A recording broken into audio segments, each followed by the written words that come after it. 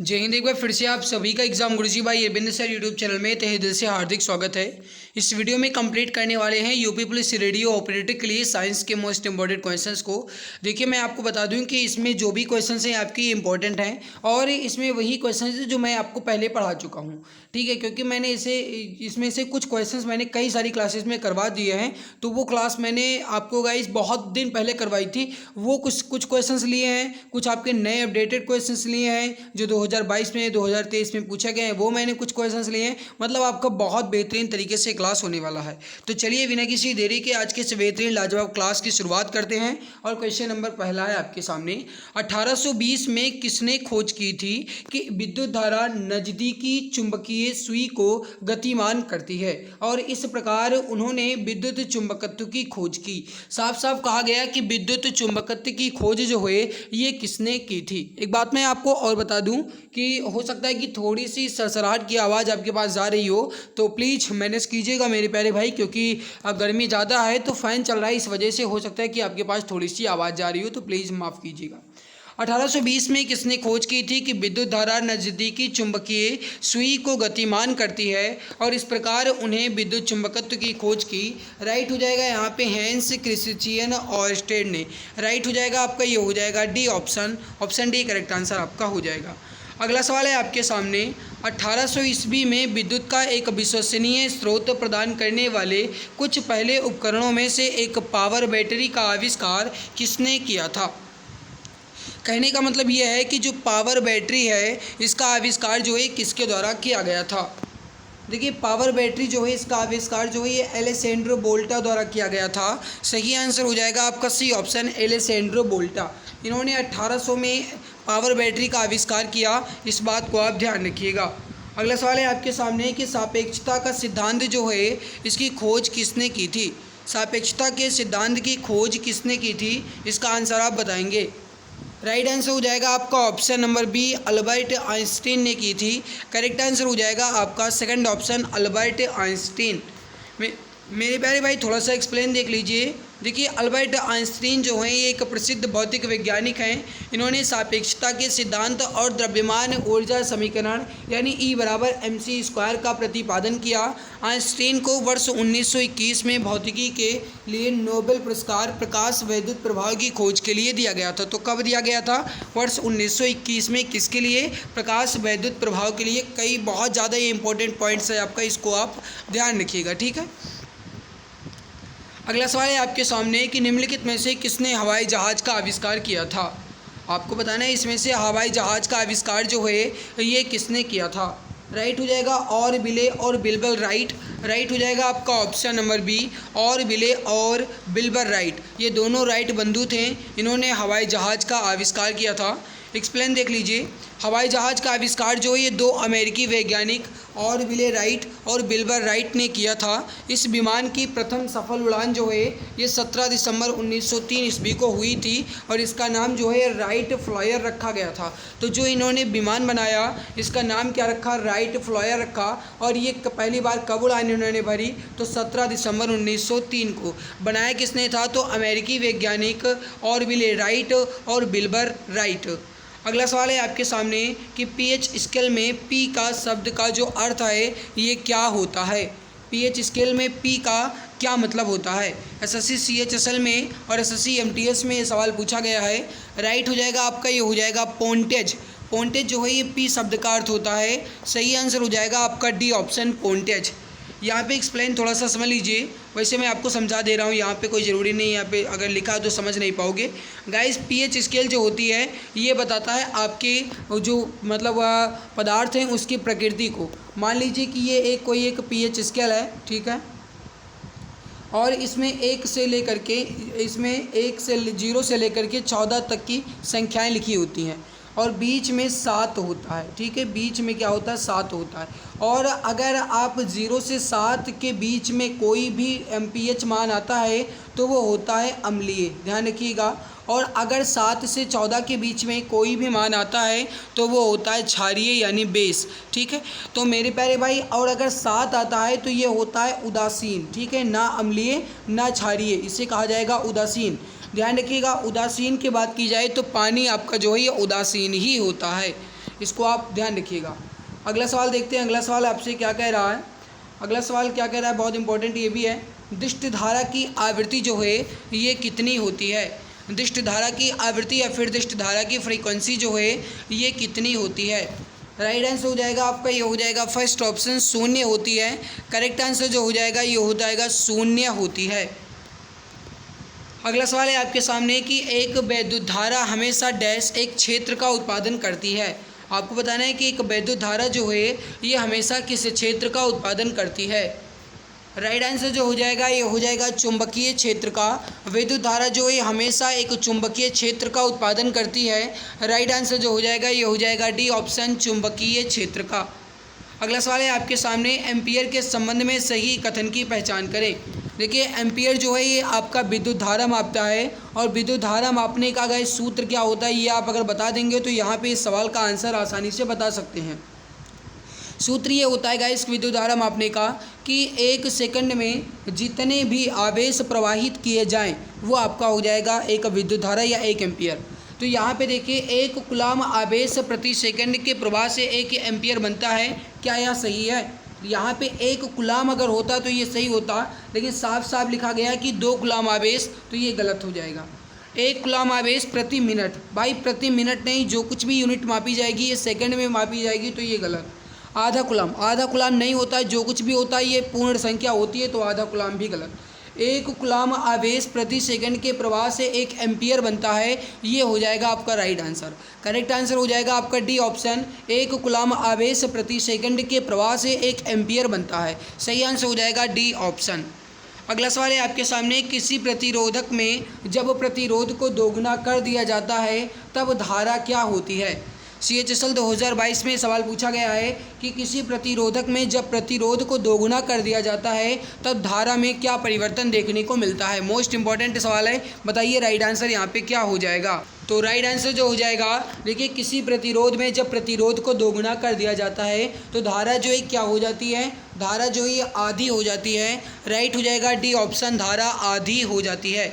मेरे प्यारे भाई एक्सप्लेन थोड़ा सा समझ लीजिए। ओम के नियम के अनुसार V = IR होता है, यानी जो आपका V है ये IR के बराबर होता है। इस प्रकार अगर आप इसको पूरा सॉल्व करेंगे तो I जो है ये धारा के आधी हो जाएगा। यहाँ पे आप पूरा सॉल्व कीजिएगा, बहुत आसानी से आप इसको हल कर सकते हैं, अदरवाइज हल करने की कोई भी ज़रूरत नहीं है। ध्यान रखिएगा आप इस बात को कि अगर प्रतिरोधक में प्रतिरोध दोगुना कर दिया जाता है यानी 2R कर दिया जाता है तो धारा जो है ये आपकी 1/2 हो जाएगी। इस बात को ध्यान रखिएगा, आधी हो जाएगी।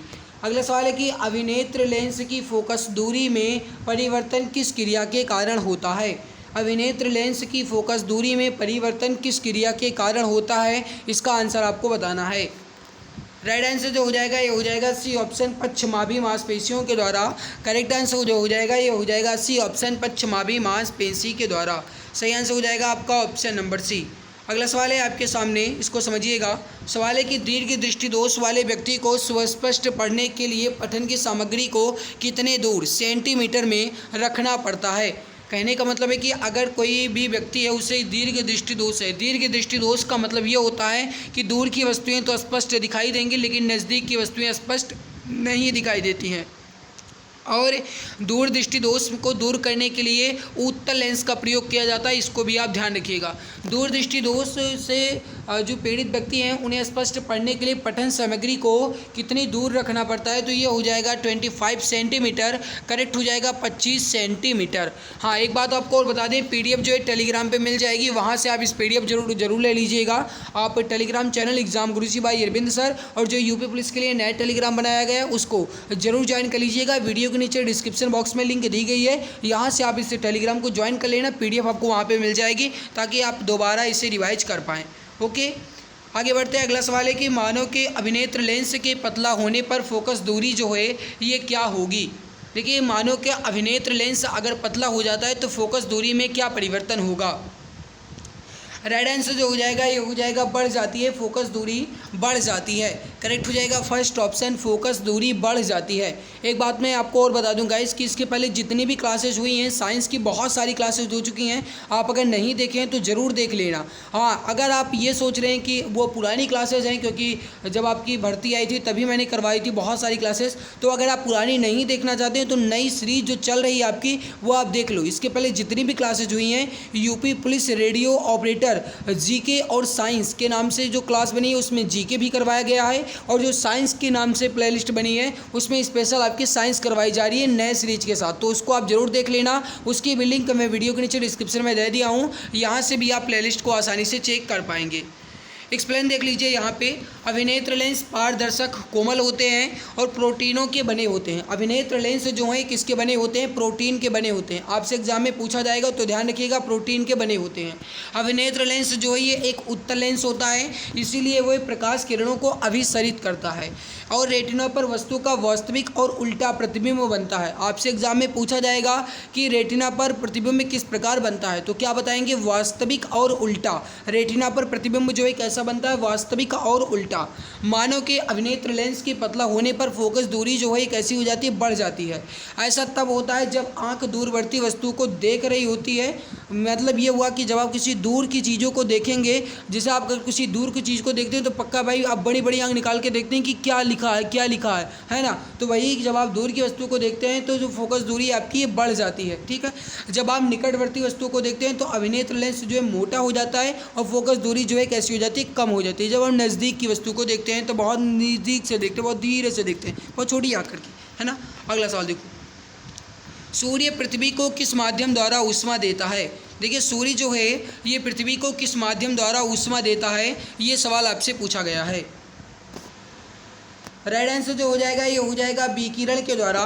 करेक्ट आंसर हो जाएगा आपका ऑप्शन नंबर सी, विकिरण के द्वारा।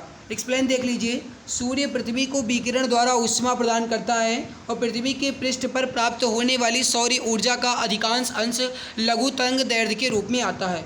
पृथ्वी को प्राप्त होने वाली ऊर्जा को आगामी सौर्य विकिरण या फिर छोटे रूप में कहा जाए तो सूर्यातप कहते हैं। तो आपसे एग्जाम में ऐसे भी पूछा जा सकता है कि पृथ्वी को प्राप्त होने वाली सूर्य की ऊर्जा को क्या कहा जाता है, या फिर आपसे एग्जाम में दिया जाएगा ऑप्शन में आगामी सौर विकिरण, तो आप आगामी सौर विकिरण टिक करेंगे। अगर आपको सूर्यातप दिया जाता है तो सूर्यातप पर टिक करेंगे। इस बात को आप ध्यान रखिएगा भैया। अगला सवाल है कि किसी पदार्थ में ताप परिवर्तन के दौरान संभारित ऊष्मा ऊर्जा किस रूप में संग्रहित रहती है? इंपॉर्टेंट सवाल है, फिर से समझिए। किसी पदार्थ में ताप परिवर्तन के दौरान संभारित ऊष्मा ऊर्जा किस रूप में संग्रहित रहती है? ये जो सवाल है आपके यहाँ पे इंपॉर्टेंट सवाल आ रहे हैं। भले ही आपको ये सवाल टफ लग रहे हों, लेकिन वो भाई आप थोड़ा सा मैनेज करने की कोशिश करो, क्योंकि अगर आप टफ जान करके क्वेश्चन ही नहीं पढ़ोगे तो बहुत बड़ी गलती है। आप यहाँ पे क्वेश्चन का ना आंसर दे पाओ बहुत अच्छी बात है, लेकिन एग्जाम में परफॉर्मेंस आपका अच्छा होना चाहिए, आपका टारगेट होना चाहिए। किसी भी पदार्थ में ताप परिवर्तन के दौरान संभारित ऊष्मा ऊर्जा किस रूप में संग्रहित रहती है? राइट हो जाएगा आपका गतिज ऊर्जा में। राइट आंसर हो जाएगा काइनेटिक एनर्जी यानी गतिज ऊर्जा में। सही आंसर हो जाएगा आपका सेकंड ऑप्शन। अगला सवाल है आपके सामने, पानी का क्वथनांक ऊंचाई पर कम क्यों हो जाता है? ये भी इंपॉर्टेंट सवाल है। पानी का क्वथनांक जो है ऊंचाई पर कम क्यों हो जाता है? सही आंसर हो जाएगा आपका ये हो जाएगा कम वायुमंडलीय दाब के कारण। कम वायुमंडलीय दाब के कारण। सही आंसर हो जाएगा आपका सेकंड ऑप्शन। अधिक ऊंचाई पर उड़ने वाले हवाई जहाज में स्याही वाले पेन लीक क्यों कर देते हैं? बताएंगे, अधिक ऊंचाई पर उड़ने वाले हवाई जहाज में स्याही वाले पेन लीक क्यों करते हैं? इस वजह से जब भी हवाई जहाज में यात्रा की जाती है तो जो भी गाइस आप पेन लगा रहते हैं अपनी जेब में उसे निकाल लिया जाता है। क्यों भाई? क्योंकि अगर वो वहाँ पे लीक कर जाएंगे तो पक्का शर्ट बर्बाद हो जाएगी, इसी वजह से उसे निकाल लिया जाता है। तो ये हो जाएगा पेन के बाहर कम वायुमंडलीय दबाव के कारण। पेन के बाहर वायुमंडलीय दबाव कम होता है, इस वजह से जो पेन का स्याही होता है ये लीक कर जाता है। राइट हो जाएगा आपका डी ऑप्शन करेक्ट आंसर हो जाएगा। और एक्सप्लेन आप यहाँ पर देख लीजिए, पृथ्वी से अधिक ऊंचाई पर वायुमंडलीय दाब जो है ये कम हो जाता है। आपसे एग्जाम में ऐसे भी पूछा जाएगा कि पृथ्वी से अधिक वायुमंडलीय ऊंचाई पर जाने पर जो दाब है ये कैसा होगा, कम होगा, ज़्यादा होगा, अधिक होगा या फिर अपरिवर्तित होगा। तो आप क्या कहेंगे, जब आप ऊंचाई पर जाएंगे तो जो एटमॉस्फेरिक प्रेशर है ये आपका कम होता है, और वायुमंडलीय जब दाब कम हो जाता है तो वायुयान में जो पेन है, ये पेन की जो स्याही है ये गिरने लगती है या फिर नाक से खून भी बहने लगता है। ये भाई देखो सभी के नहीं होता है, ये कुछ लोगों का होता है। अगला सवाल है कि के अनुसार दबाव प्रति इकाई क्षेत्रफल पर लगने वाले बल जिस पर कार्य करता है के बराबर होता है। कुछ मिलाकर के कहने का ये है, सवाल को समझने की कोशिश करना है। डैश के अनुसार मतलब इसमें से किसके अनुसार, पास्कल के सिद्धांत के अनुसार, न्यूटन के सिद्धांत के अनुसार, हुक के सिद्धांत के अनुसार या फिर स्टीफन बोल्ट्जमैन के सिद्धांत के अनुसार। इसमें से किसके अनुसार दबाव प्रति इकाई क्षेत्रफल पर लगने वाले बल जिस पर वह कार्य करता है उसके बराबर होता है।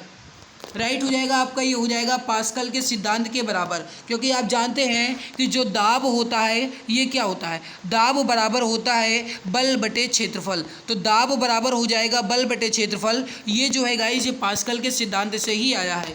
राइट आंसर हो जाएगा आपका, ये हो जाएगा फर्स्ट ऑप्शन। एक्सप्लेन देख लीजिए, पास्कल के नियम के अनुसार दबाव प्रति इकाई क्षेत्रफल पर लगने वाले बल जिस पर वह कार्य करता है के बराबर होता है पास्कल दाब की जो ईसाई इकाई है। कहने का मतलब है कि दाब का जो एसआई मात्रक होता है ये पास्कल होता है, और कभी कभी ये आपको जो मतलब जो ये एसआई इकाई है ये आपको पास्कल ना दे करके न्यूटन प्रति मीटर स्क्वायर भी दे सकता है। तो न्यूटन प्रति मीटर स्क्वायर दे या फिर पास्कल दे, बात एक ही है, ठीक है, क्योंकि पास्कल द्वारा इसकी खोज की गई थी मुख्य रूप से अगर कहा जाए तो, इस वजह से इन्हें पास्कल कहा जाता है या फिर सिद्धांत इसके द्वारा पास्कल द्वारा दिया गया था। अगला सवाल है आपके सामने, यदि पृथ्वी की त्रिज्या कम हो जाती है और इसका द्रव्यमान स्थिर रहता है तो गुरुत्वाकर्षण के कारण त्वरण का मान जो है कैसा होगा।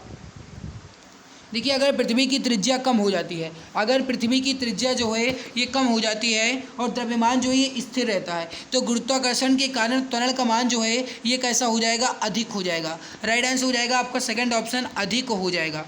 अगला सवाल है कि एक लिफ्ट जो एक समान वेग के साथ नीचे जा रही है उसमें किसी व्यक्ति का स्पष्ट वजन जो है ये कैसा होगा, बताइए। एक बार फिर से समझिए, एक लिफ्ट जो एक समान वेग के साथ नीचे जा रही है उसमें किसी व्यक्ति का स्पष्ट वजन जो है या उसी के वजन के साथ व्यक्ति में स्थिर रहेगा। सही आंसर क्या हो जाएगा, उसी के बराबर वजन जो व्यक्ति स्थिर रहता है। राइट हो जाएगा आपका डी ऑप्शन। अगला सवाल है आपके सामने, एक ग्रह पर गुरुत्वाकर्षण के कारण डैश के साथ त्वरण कम हो जाता है। आपको बताना है कि ग्रह पर गुरुत्वाकर्षण के कारण जो त्वरण है ये किसके साथ कम हो जाता है, ग्रह की त्रिज्या घटने के साथ, ग्रह का द्रव्यमान में वृद्धि होने के साथ, ग्रह की मात्रा में कमी होने के साथ, या फिर ग्रह की सतह में ऊंचाई की वृद्धि के साथ। सही आंसर जो हो जाएगा ये हो जाएगा ग्रह की सतह में ऊंचाई की वृद्धि के साथ। राइट हो जाएगा आपका डी ऑप्शन।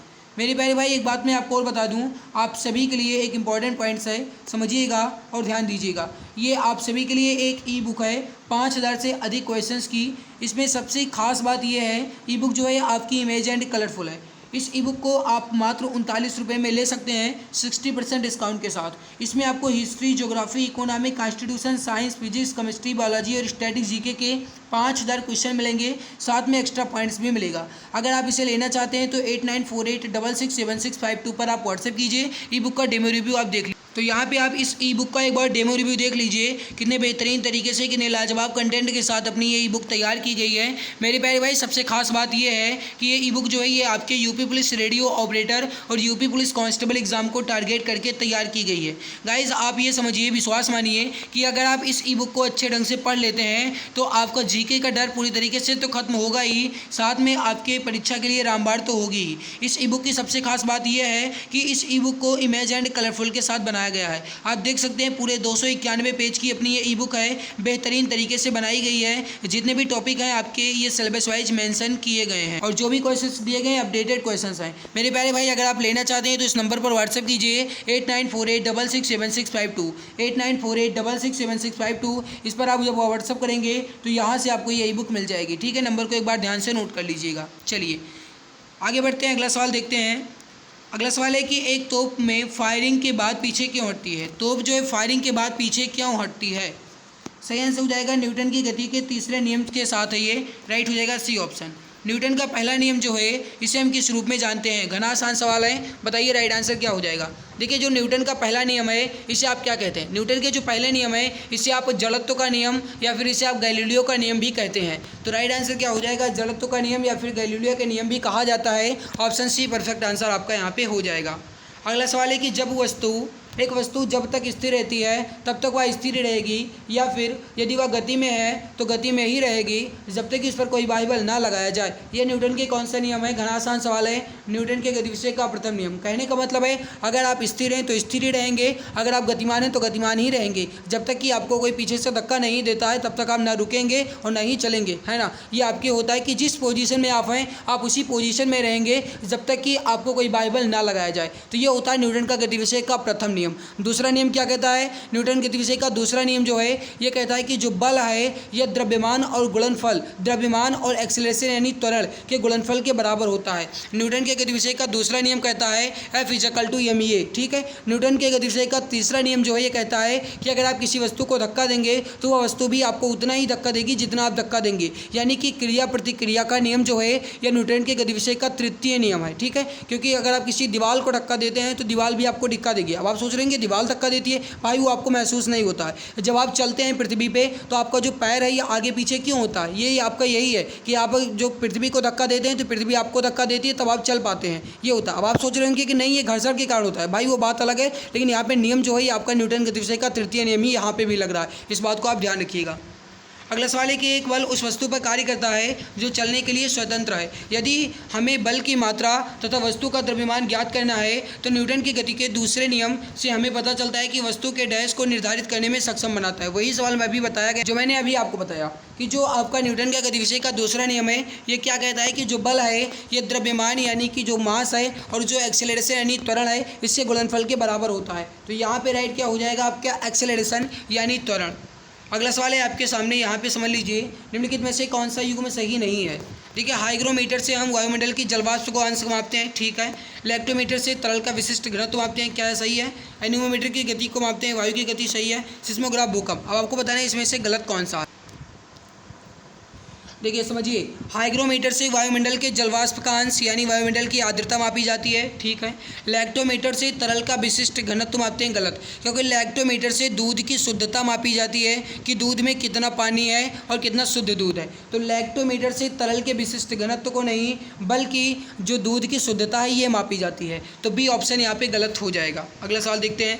रक्तदाब को पता लगाने से संबोधित जो संवेदी ग्राही है वो क्या है? कहने का मतलब है भाई रक्तदाब यानी जब आप बीपी चेक करवाते हैं या ब्लड प्रेशर चेक करवाते हैं तो आप किसके माध्यम से चेक करवाते हैं? राइट आंसर जो हो जाएगा ये हो जाएगा मैकानो रिसेप्टर। राइट हो जाएगा आपका ऑप्शन नंबर बी। अगला सवाल है कि कम तापमान को मापने के लिए किस यंत्र का प्रयोग किया जाता है, या फिर कम तापमान को मापने के यंत्र को क्या कहा जाता है? देखिए जब आप कहा जाए कि तापमान को मापने वाले यंत्र को तब आप क्या कहेंगे? थर्मामीटर। लेकिन अगर यहाँ पे कम शब्द लगा दिया जाए कि कम तापमान को मापने के लिए किस यंत्र का प्रयोग किया जाता है तो आप बताएंगे क्रायोमीटर। तो ध्यान रखिएगा राइट आंसर हो जाएगा आपका option number B cryometer. Explain देख लीजिए, जरूरी है आपके लिए। देखिए क्रायोमीटर जो है ये इसका प्रयोग कम तापमान मापने के लिए करते हैं। जो डाइगोमीटर है इसका प्रयोग हम इलेक्ट्रिकल कंडक्टिविटी यानी कि विद्युत चालकता मापने के लिए करते हैं डाइगोमीटर का। अगला सवाल है कि जो आपका क्रोमेटोप्टोमीटर होता है इसका प्रयोग जो है ये हम कलर परसेप्शंस के लिए करते हैं यानी वर्ण विभेद भाव के लिए करते हैं, वर्ण विभेद भावी के लिए करते हैं। जो साइमोमीटर होता है इसका प्रयोग जो है ये हम तरंग गति यानी वेव मोशन को मापने के लिए करते हैं। तो ये आपका इंपॉर्टेंट पॉइंट्स है, इसको आप एक बार स्क्रीनशॉट ले लीजिए। चलिए अगला सवाल है कि किए गए काम को मापने के यंत्र को क्या कहते हैं? किए गए काम के मापने के यंत्र को क्या कहते हैं? राइट आंसर हो जाएगा आपका हो जाएगा अर्गोमीटर। क्या कहा जाता है? अर्गोमीटर कहा जाता है। डी ऑप्शन आपका करेक्ट आंसर हो जाएगा अर्गोमीटर। एक्सप्लेन देख लीजिए। यूडियोमीटर से गैस के आयतन को मापते हैं, एनीमोमीटर से बहती हुई हवा की गति को मापा जाता है, और जो हाइटोमीटर होता है इससे हम वर्षा मापक को मापते हैं या फिर कभी कभी रन गेज भी आपको दे देता है ऑप्शन। अगला सवाल है आपके सामने। सवाल क्या कह रहा है कि विकिरण के सभी प्रकार अल्फा, बीटा और गामा का पता लगाने और उनकी माप के लिए प्रयोग किए जाने वाले उपकरण कौन से हैं? राइट हो जाएगा गीगर काउंटर, करेक्ट आंसर हो जाएगा आपका first option Geiger counter. So guys यहाँ पे मैंने साइंस के कुछ इंपॉर्टेंट क्वेश्चंस को कंप्लीट कर लिया है। मैं आपसे विनम्र निवेदन करता हूँ भाई कि आप इसको एक बार पीडीएफ के साथ रिवाइज जरूर कर लीजिएगा। पीडीएफ आपको टेलीग्राम चैनल एग्जाम गुरुजी भाई अरविंद सर पे मिल जाएगी, वहाँ से आप इसको जरूर देख लीजिएगा। आज की हमारी मेहनत आप सभी को कैसी लगी कमेंट सेक्शन में कमेंट करके जरूर बताइए। अगर अच्छी लगी तो लाइक करके जाना और चैनल पे पहली बार आए हो तो सब्सक्राइब कर लेना। मिलते हैं इसके बाद एक और नई खास वीडियो में, तब तक के लिए खुश रहिए, मुस्कुराते रहिए। जय हिंद, जय भारत, वंदे मातरम। नमस्कार। अब जी के विषय का डर हुआ पूरी तरह खत्म। जी हाँ, आप सभी के लिए 5000 प्लस क्वेश्चंस की ई बुक लॉन्च की जा चुकी है। इस ई बुक में आपको history, geography, economic, constitution, science के अंतर्गत फिजिक्स, केमिस्ट्री, बायोलॉजी और स्टैटिक जीके के 5000 प्लस क्वेश्चंस के साथ एक्स्ट्रा पॉइंट्स मिलेंगे। यह ई बुक आपको इमेज एंड कलरफुल मिलेगी ताकि आपको पढ़ने में मजा आए। इस ई बुक को आप मात्र 39 रुपये में परचेज कर सकते हैं, जिस पे 60% का डिस्काउंट चल रहा है। अगर आप अभी परचेज करेंगे तो आप मात्र 39 रुपये में खरीद सकते हैं। इसको खरीदने के लिए UPI ID पूजा BCI T05@OKSBI पर आपको मात्र 39 रुपये पे करना है, या फिर अन्य डिटेल्स आप व्हाट्सएप नंबर 8948667652 पे आप प्राप्त कर सकते हैं। यहाँ से भी आप परचेज कर सकते हैं। यह ई बुक आपको सभी एग्जाम्स में बहुत ज़्यादा हेल्प करेगी और आपको सिलेक्शन दिलाने में बहुत ज़्यादा मदद करेगी। बहुत बहुत धन्यवाद।